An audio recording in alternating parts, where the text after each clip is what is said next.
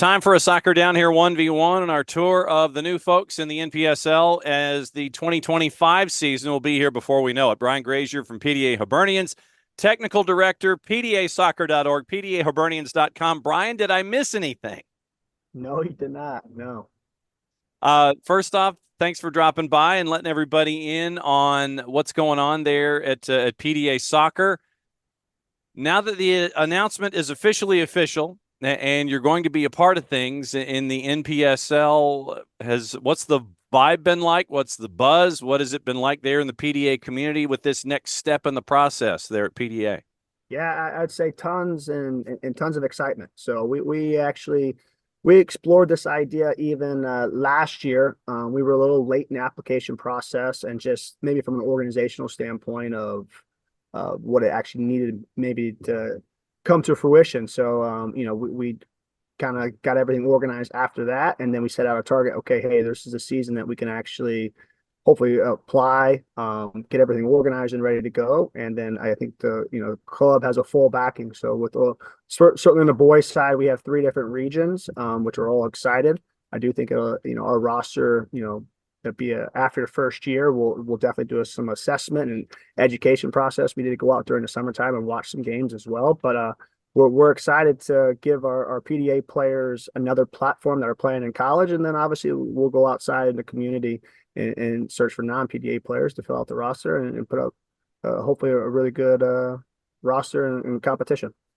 When it comes to making a decision like this for the next step in a process, there are a lot of different leagues out there. There's the alphabet soup. You pretty much can, turn in any direction and, flip a page in a book, and there's a league out there. Yep. When it came to your vetting process and determining why the NPSL over what might have been other discussions that folks may not have been privy to? Yeah, I think that's a great question.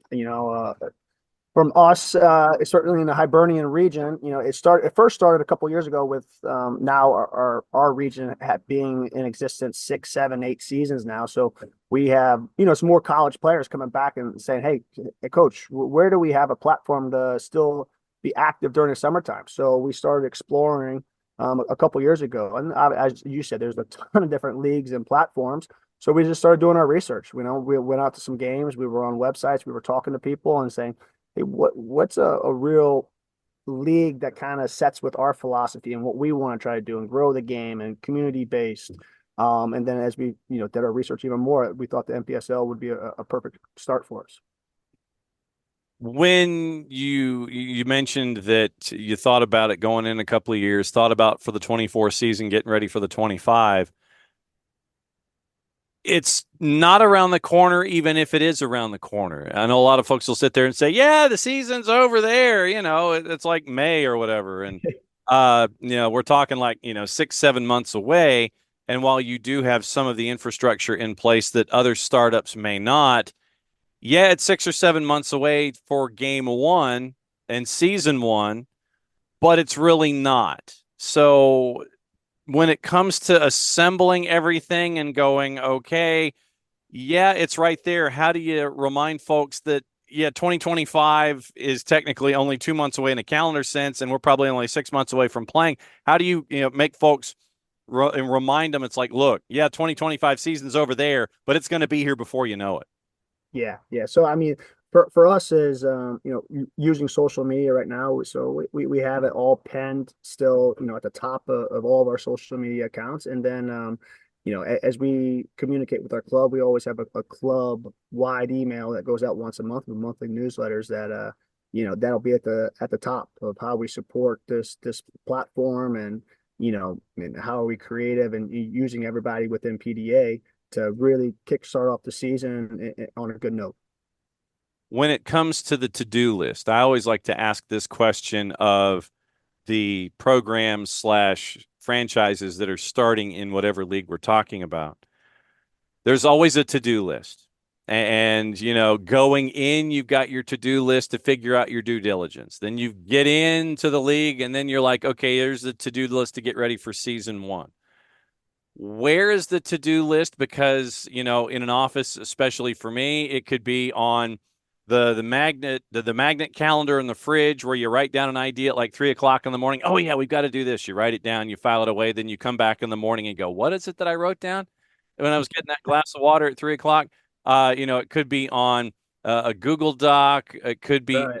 it could be it could be on your phone. Like in the old days, you sit there, you pull the stylus out of your BlackBerry, you write down an idea, you jam the stylus back in and go. Could be in Yeah. a notebook, could be a legal pad, could be on the banking calendar under the glass like we used to have growing up. Could be on one of those big 6 foot by 8 foot dry erase boards that's got a bunch of different colors and directions going on. Where is this to-do list for PDA to get ready for the NPSL season? And what do you think the next thing that you can cross off of the list is as you're getting ready for 2025? You took a lot of those words right out of my mouth. So I was smiling when you were saying all this. Right now, look, I'll be honest, we do have a Google Doc, and then we have we call it Grow and Glow, right? So we put all of and there's an assembly of 4 to 5 people on there. That's the head coach, assistants, myself, some Jerry McEwen. We have basically our thoughts, right?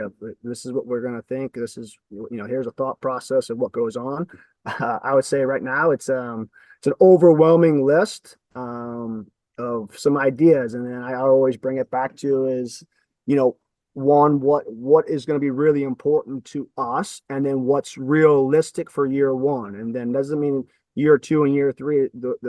Hopefully there'll be some different goals and what's realistic and achievable for us. So I think as we get closer to the season, and obviously the amount of conversations and prepping that we've already had, it is a lot, but I think that's really important to us. I think as you have an expansion side, there's, oh my goodness, so many thoughts of what you can do, and then what's going to be really important to us. What do we value the most? And then can we get that box at least halfway checked off, maybe not even fully checked off, and then where do the other 8,000 objectives come into it? Because that's kind of where we're at with some things. And as you just said, year one, there's going to be, I think, as much as we want to be prepared and organized with everything, it's going to be a learning curve for us, and we have to have an open, growth mindset to that, and be willing to, okay, have a really positive reflection and say, okay, this is what we thought. Ooh, this is maybe totally different now. You know what I'm saying? Going on the road here, or to be honest with you, we don't know what conference we're going to be in, right? So, Dina was always very honest with that. We have an idea, but it's not, solidified yet. So I think we're going to have to be open, and we have to be able to adapt in a positive way. So what are your expectations for year one on the field, off the field? Because I mean, we always sit there and we look at expectations, and you're thinking, yeah, wins and losses and titles and things. But then there's always the infrastructure thoughts and expectations. There's always the roster expectations, the coaching expectations, the growth of the players expectations, butts in seats expectations. Yep. What are those expectations for PDA in year one in the NPSL? Yeah, I think year one for us, I mean, we're going to really dive into our roster and try to, I guess, assimilate a brand that's, within our game model and principles as a club, right? Is it going to, be an exact replica of our 17s and 19s and 16s? No, because it is a different league and a platform, but I do think there could be a consistent approach with how we operate within the club. So I think that's going to be important to us. And I think obviously the roster does change year to year, but I think finding the right players who want to put on a PDA jersey, that understand our expectations as a staff and our objectives, and how do we build a competitive roster? Because we do want to come in and we want to compete and put on a good performance, an exciting brand of soccer that's important to PDA holistically on the boys and girls side. So I think for us is just finding the right players, having the right dialogue and communication that fit our expectations and our goals, certainly year one. And then I think second part then would be like what you just said, the infrastructure and building community presence, and how do we do that? I think will be a learning curve, and it's certainly going to be a high value towards us. But I think first and foremost is getting the right players within our group, which we do have a solid base. We played in the last 2 seasons in under 23 and had some success. And we do have a number of, like I said, PDA players that are playing in college or still want to continue this path. And hey, are they searching? I haven't latched on to a USL side yet. Can we be here and then have a good season? So I think we'll have to explore and be open to all those different paths. But more importantly, it's getting the right players into our system I think is be our first and foremost priority. How would you describe PDA soccer to someone from the outside that is blowing up your phone saying, "Hey, I want to be a part of this"? From the fabric of the individual to the the on-field presentation, how would you break down what PDA soccer is? And yes, I did just use air quotes. Yeah, yeah. Well, I think in general, from our club perspective, right, it's players development academy. So we do place a high intrinsic value on individual development. But then as you climb that ladder through the club, it's how do you win games collectively at an older age that's applicable, right? That's the 16, 17, and 19. I would say, you hear coaches all the time say, we want to put an attacking brand of soccer onto it. I think PDA that we do want to be attacking minded club, but we're also very mindful of what we require all of our players to make quality decisions on the field, and then what is the game giving us. So we're always we're big into those decision making processes. So I think year one into certainly this club, as we do, if we can oppose ourselves into the game, and that's excellent. But if not, then how do you solve this picture? How do you solve these situations? Because this is now what the game is telling us. I think we have to be adaptive and we have to grow within the game. Has PDA's collective phone been blowing up since the announcement, whether it's from inside players with PDA experience that want to come back and circle back, and or outside? And do you have international dialing on your phone to where you're getting these odd WhatsApp numbers and things like that where you've got to trace it? What's it been like for the inReach instead of the Yeah, outreach? I think all the above what you just said. So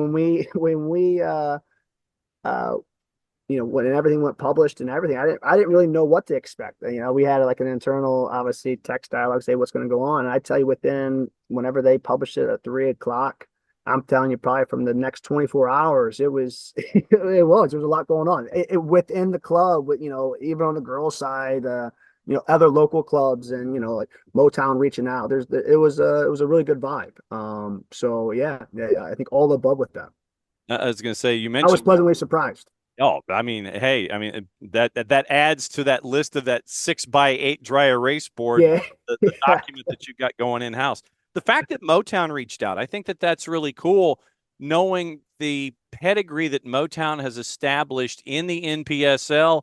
They reach out, they knock on your door. It's like, yeah, come on in, bruh. Water's great. We'll see you soon enough. Basically, I'm guessing that's what the phone call was. Yeah, no, it was great. Exactly right. It was short messages with that, but I told them, and they do a terrific job, right? So it's what they do, their pedigree, and how they go about uh everything from an infrastructure, roster, coaching staff. It's excellent. So I think if anything, it's a phone call to them and say, hey, what works for you guys, what doesn't, and then how does it apply, to us? And again, what it comes down to, what's achievable for us, and then for us is what can we be.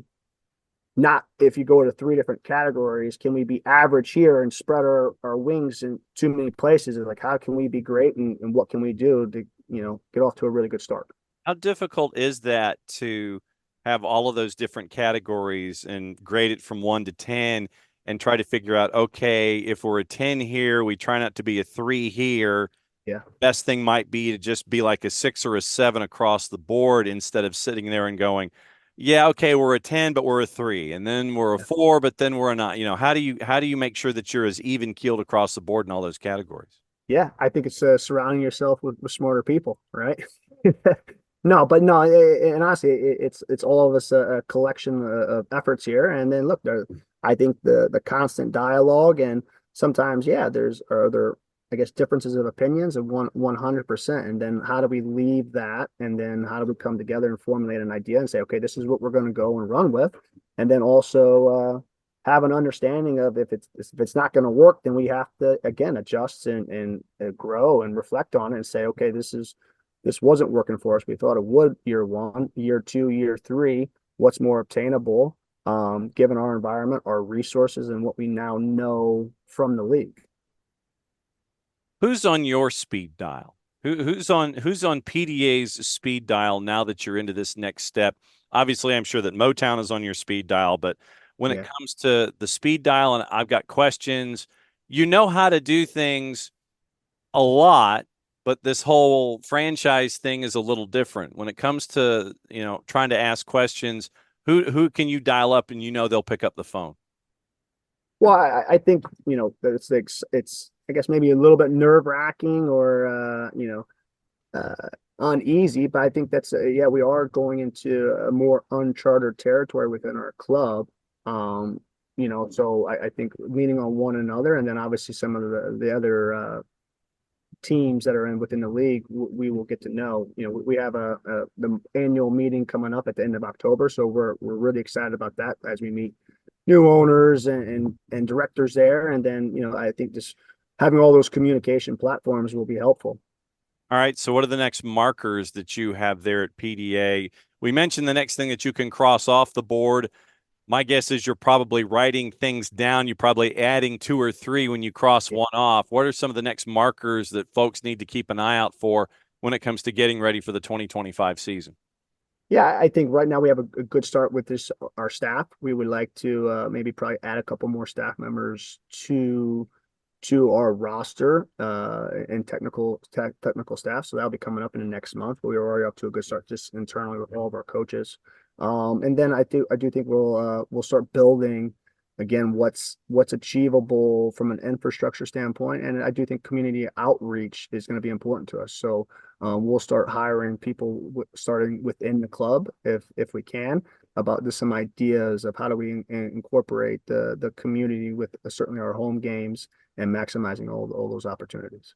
PDA Hibernians director Brian Grazier, as PDA now joins the NPSL. Coaching staff's going to include Dan Keefe and Scott Loser. Did I get that Yeah, right? Scott Loser. Yep. Loser. And so it's going to be all in New Jersey, Lawrenceville, New Jersey, the home venue, Monsignor Walter E. Nolan Stadium on the campus of Notre Dame High in Lawrenceville.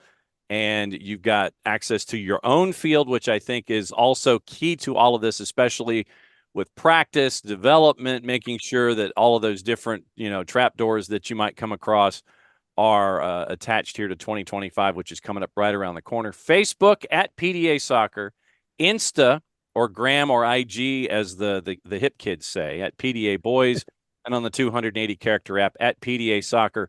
As always, it's great to see you, Brian. Thanks for dropping by as PDA Hibernians and the PDA folks, the Players Development Academy hops into the NPSL in 2025. Thanks for dropping in. Looking forward to the progress. Don't be a stranger. We'll catch up with you soon, my friend. Thank you so much.